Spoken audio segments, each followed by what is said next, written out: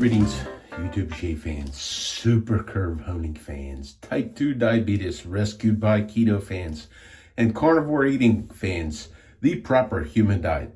It is built here. Today's edition, it's Friday, March 28th. It'll be the Friday edition of Sharp Steel, lowest angle, lightest touch. A little different shave than what I usually do. I'm usually a straight razor guy, but I'm doing something a little bit different today. The soap of the day is going to be Island Man. I'm using a lot of Sterling products today. I'm whipped up the Sterling, use a Tuxedo Sterling brush. Very good option, low cost option. A lot of stuff. So there's going to be some talk about cost today on some things. And whipped up a lather. I have used the Rich Man's Pre-Shave Pro Asso because it's more expensive than just putting a little soap on there. And I have a towel here which didn't get wet all the way down. That's interesting. Must be too big a towel. But it's hot.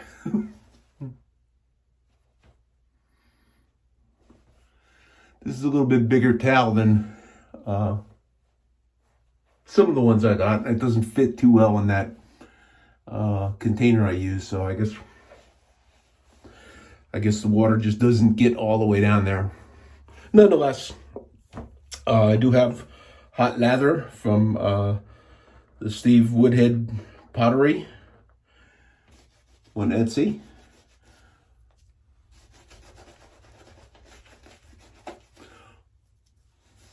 I just got an order from Sterling. I had to, was getting a little low on the aftershave, the matching aftershave. This turns out to me that I find out that the aftershaves go much quicker than the soaps do. And when I started buying all this stuff, I always bought batching sets, and then I found out that maybe I just used too much aftershave. I don't know. People said that to me.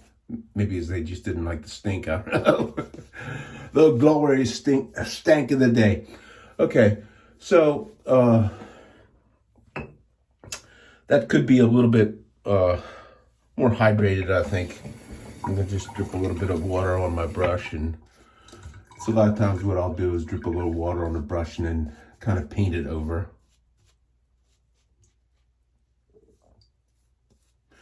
I don't always too much go by the appearance of what it looks like. I always look at other people's lather and they got this beautiful opaque white lather, and it's like mine's like, Bill, it's really spotty, and you know. So the hardware, the shaving tool of the day is going to be another product I got from Sterling. For those of you who may be interested, I bought this shaving head. Okay, this was an inexpensive. I imagine it's Zamac, and I imagine Sterling still has these. I think it was like $9. I wanted an aggressive head. I'd shaved with some aggressive razors. I have had some adjustables and played with those, but I wanted, you know, to have one aggressive razor. But I looked around at Mueller R41s. I'd shaved with a buddy loaned me one of the 2011 Mueller R41s, and I'm going to be using a Sharp Steel Nasset.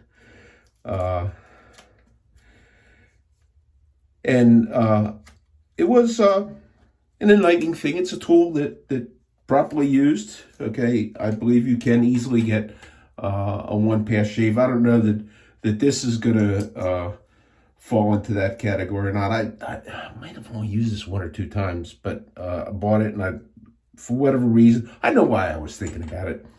I list in my comments Mikey shaves, and Mikey, you know, Mikey's a guy who mostly shaves with DEs, but he's diverse in some of his other stuff, and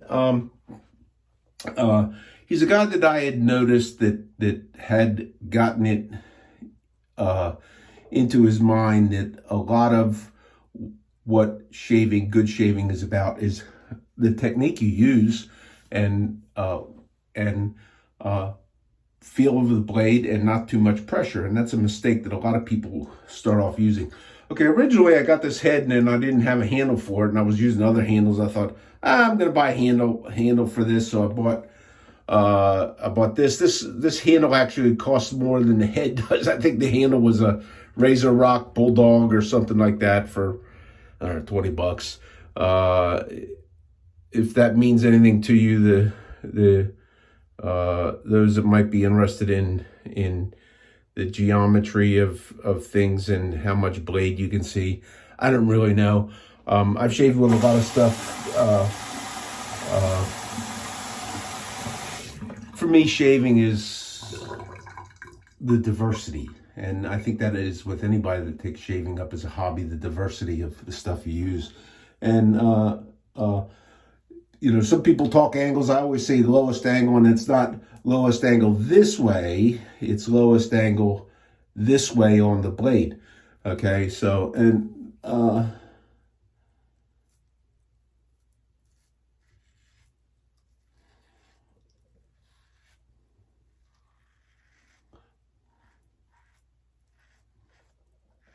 Razor definitely has some blade feel to it. It's got a small cap, so you can ride up on the cap a little bit to protect yourself from getting a stab.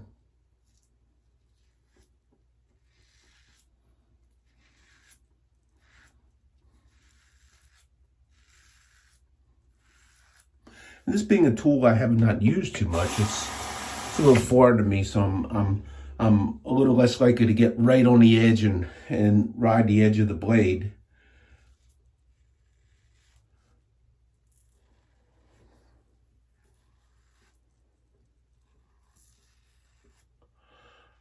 I think a lot of times to get the feel for a given shave tool,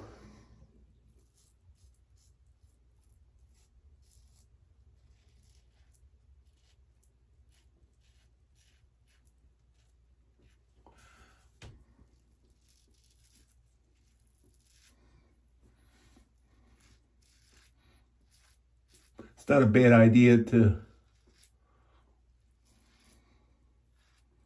shave with it for 5-10 times.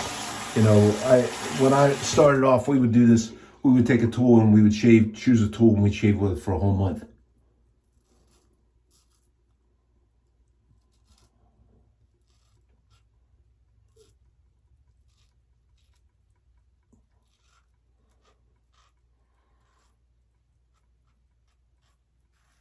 Most people who subscribe to that philosophy found out, like I did, at the end of the month, 30 days, you could normally have a pretty good experience level with what you were using to deliver yourself a pretty good shave. And then most people, I think, as they go through this in time, they find out that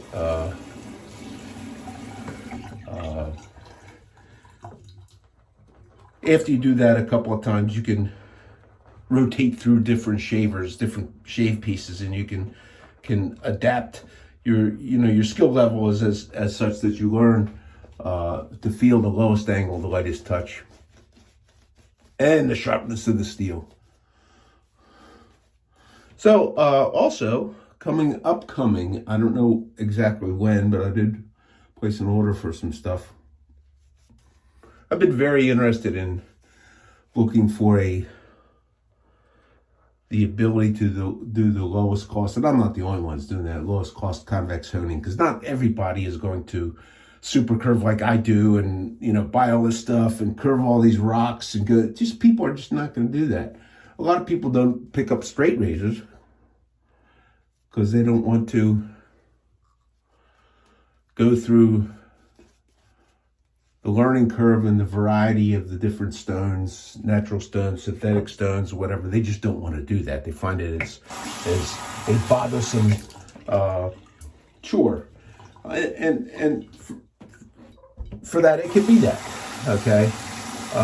But I saw recently JPO in Norway did a single stone synthetic hone, where he honed on a Shapton, one of the finer ones, where he honed the razor completely up on the Shapton and then use a strop with chromium oxide. He actually did pretty well with it. He said it was quite smooth and sharp.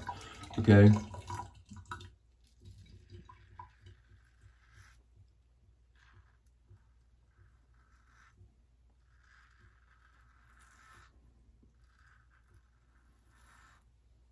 There really is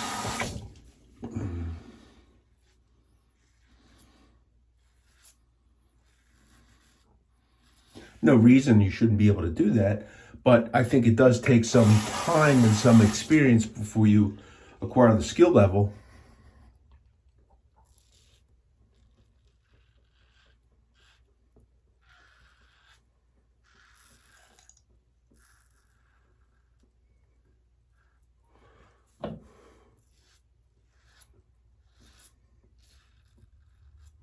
And understanding of what you're actually doing to actually be able to do that.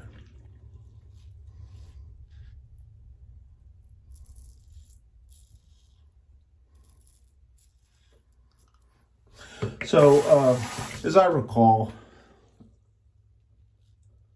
I did only have that 2010 or 2011 Mueller R41. I think it was somewhere in there, 2013, or whether they changed it. It was, the earliest one was too aggressive and they made a mild change to it, made a change to make it a little bit milder.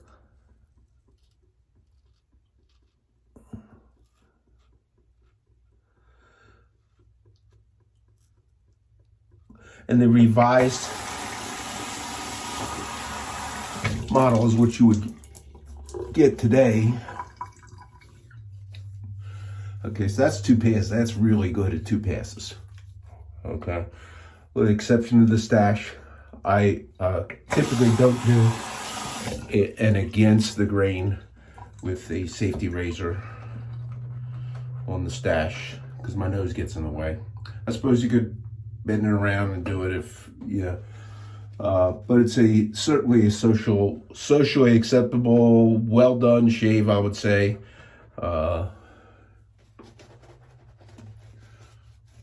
Everywhere else is really, really close.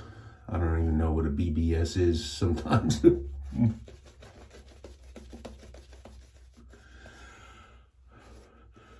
Because sometimes you can always press a little harder, feel a little bit something. The big thing is, are you getting a shave that looks good and are you comfortable with?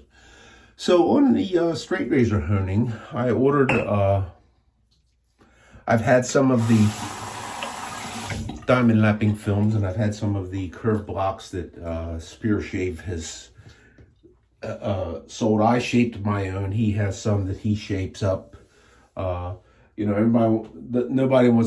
Nobody minds paying for the plastic, but everybody hates the labor that goes in.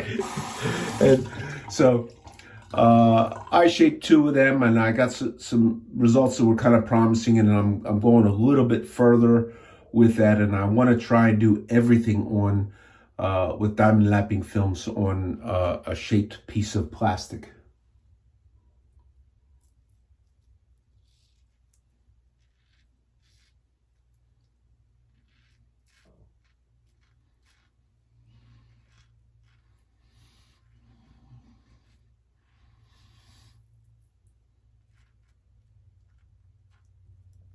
When I started wet shaving, this was always the toughest part. And right there, that's against the grain. That part right there is against the grain going down.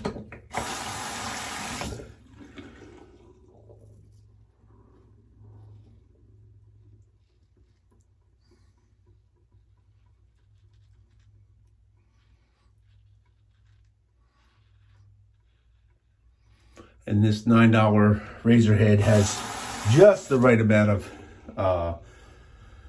blade feel for me to be able to get to that and understand how much pressure I need to put onto it.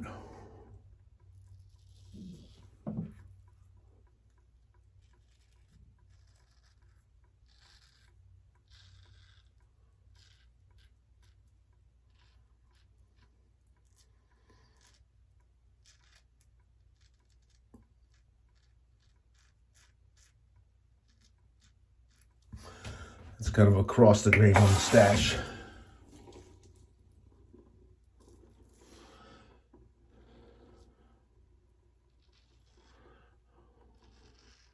So I think I went down to order of a 10th micron lapping film.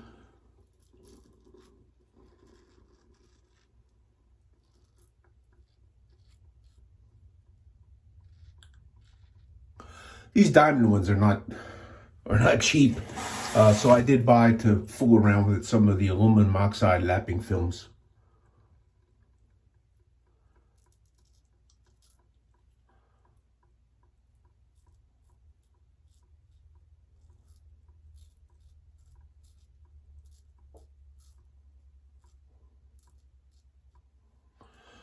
All of these lapping films that I bought are 3M, so 3M is known for their quality control. So I imagine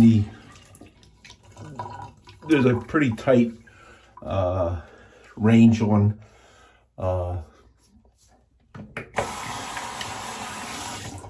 let's see, do I have, I don't know that I do. I'm going to do a little bit of a, this is where right in here I could probably use a,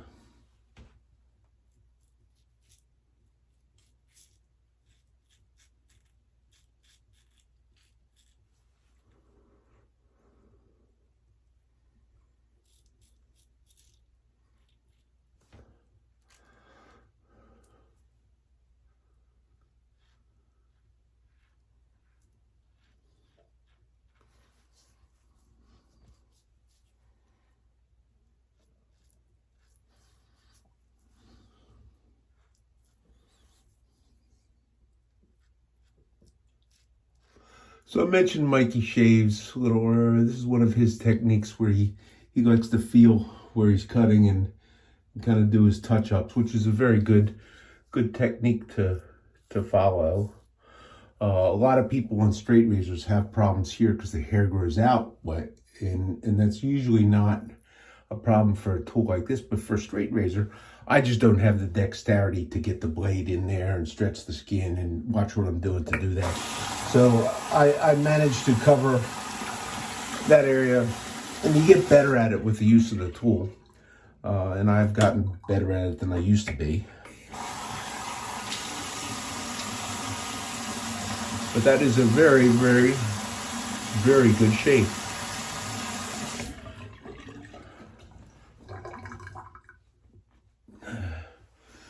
So I'll be getting the lapping films. I have to shape these plates yet. A couple of them. I got a 3x8x1, and I don't intend on shaping that in the 3x8. I tend to shape the edge because really, on one thing, while it's nice to have a lot of real estate on the stone and move a straight razor down the stone and rock to get contact all the way across, it's at times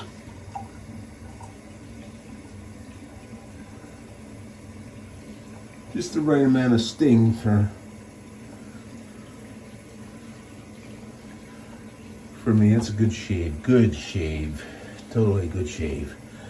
So I'm going to take that 3x8x1 and I'm going to set it on an angle like this, and I'm going to curve it on the long dimension on the Jared plate, and I'm going to try and use that as a finisher with the lapping films, and see how I can do with that. My idea is, like I said, not everybody is going to spend the money. There's a handful of people, I think, in the world who have bothered to shape black Arkansas stone.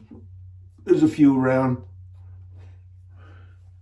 but it's a lot of work. Gives you good results, and I don't know anybody else. There may be people out there, but I did shape a Suhiro 20K, which is an expensive stone. Not as expensive as you could spend on an arc, but they're expensive stones. So I think I'm going to use Sterling Eucalyptus Mint aftershave balm.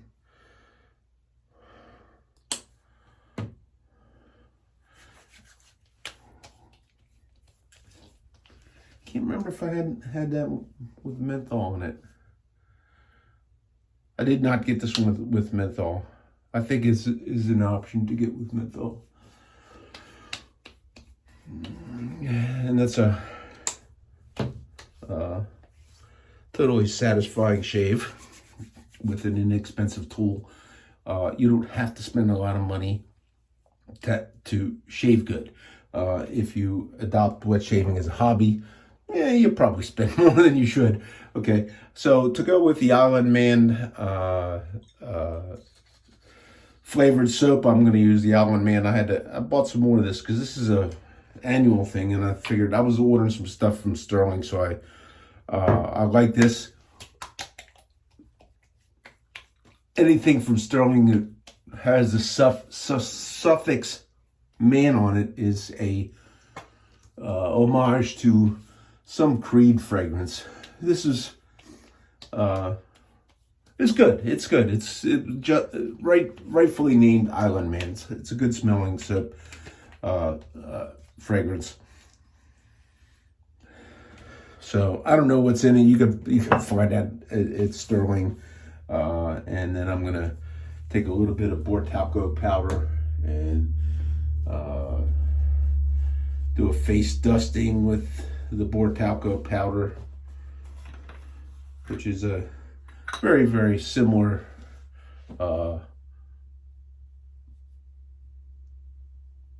smell to Johnson's baby powder.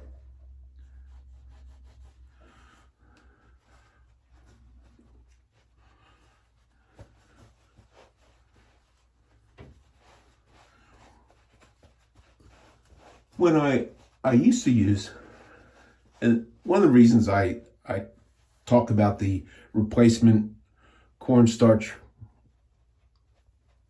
type powders as being different from talc takes me back to, for years I used an electric shaver, and I used Remington made a composite pressed stick of paraffin wax and talc powder that you would rub this on your face and would provide a gliding for your electric razor.